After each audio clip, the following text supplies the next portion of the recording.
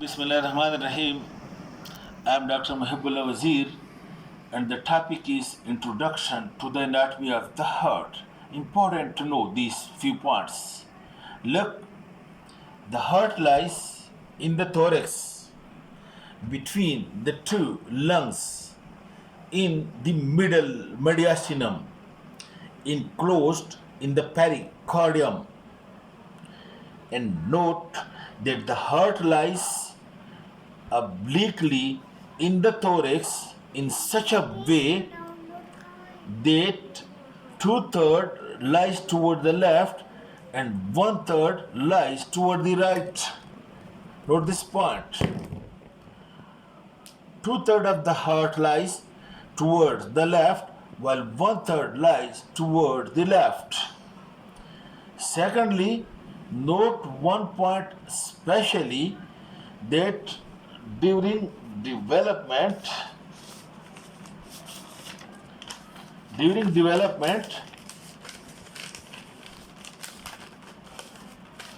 first the heart cardiac tube develops, then this tube folds upon itself in such a way that the two sides, the right side and the left side of the heart, is being formed.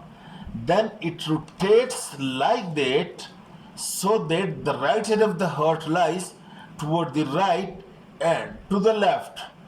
Because of this oblique position and because of this folding upon itself and because of this turning, note that the four chambers of the heart, it doesn't lie in one plane, but note, this is the right atrium and that is the left atrium. Look, the left atrium. The right atrium lies to the right and anterior to the left atrium, which lies to the left and posterior. In the same way, the right ventricle lies to the right and anterior, while the left atrium lies to the left and posterior. This I will tell you individually, don't worry. And note this point, that the apex of the heart, this is the apex of the heart, which is being directed downwards laterally and toward the left. It lies in the left fourth, this is 1, 2, 3, 4 and 5th intercostal space. In the living, over here, it lies in the left 5th intercostal space at the mid clavicular line. Over here, apex of the heart. And if you put your hand over here, you can feel the pulsation of the heart at the apex, which we call it as apex beat. This, as a clinician, you will have to feel, so that the apex beat is being felt in the left 5th intercostal space at the mid clavicular line. If, for example, due to some reason the heart gets enlarged, which is cardiomegaly, then the apex beat would be felt lower down, not in the 5th intercostal space. Then you look, the heart over here, it rests upon this white central tendon of the diaphragm. You can see this right central tendon of the diaphragm, it rests upon that, and just below over here lies the stomach. While some part of the heart, it also lies upon the muscular part on the left side. So the heart lies on the central tendon as well as some part left muscular part.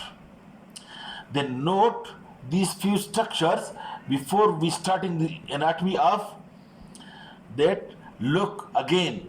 Look, this is the right atrium, and look, this is the left atrium. Note the point. The left atrium lies to the left and posterior. They are not in one plane like this as we do the diagram. No, the right atrium lies because of the turning and rotation. The right atrium lies to the right as well as anterior to the left atrium, which lies posterior to the left. In the same way, the right ventricle lies to the right and anterior to the left ventricle, which lies to the left and posterior. Then you can see this is the apex of the heart. And then you note the big vessels. Look, this is the superior vena cava, and this you can see, this is the aorta, and this is the pulmonary trunk. In this way, there are two arteries, one aorta and one the pulmonary trunk. and this is the superior vena cava, and this you can note, this is the inferior vena cava, while posteriorly you can see these four pulmonary veins that enters into the left atrium, bringing the oxygenated blood from the lung. These are pulmonary veins. This is the right pulmonary artery, the left pulmonary artery, this is the pulmonary trunk, this is the aorta, then becoming continuous look with the arch like this, arch of aorta. And then you can see over here the descending thoracic aorta and then the esophagus.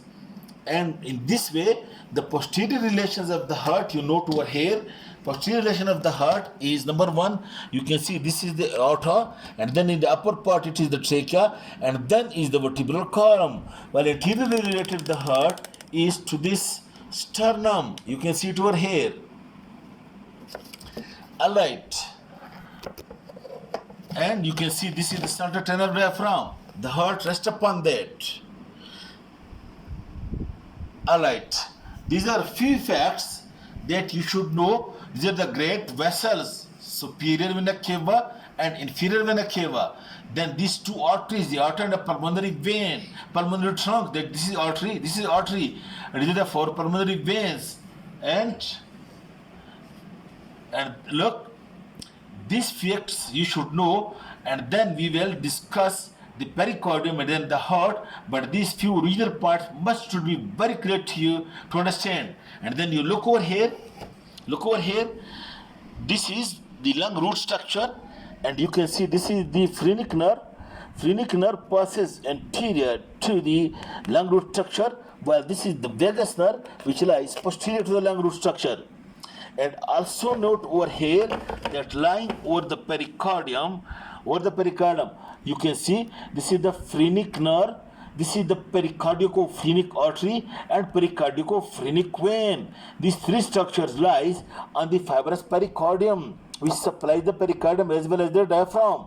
And then you can see posterior to the lung root passes the vagus nerve. Vagus nerve posterior to the lung root, while phrenic nerve anterior to the lung root. Okay, and then on each side you can see over here this is the hemiazygos vein, and on the right side you may be able to see the azygos vein. This is the azygos vein which ascends and turns around the right bronchus to open into the superior vena cava. Okay, these are the facts you should know about the heart before we start the anatomy of the heart. Thank you very much.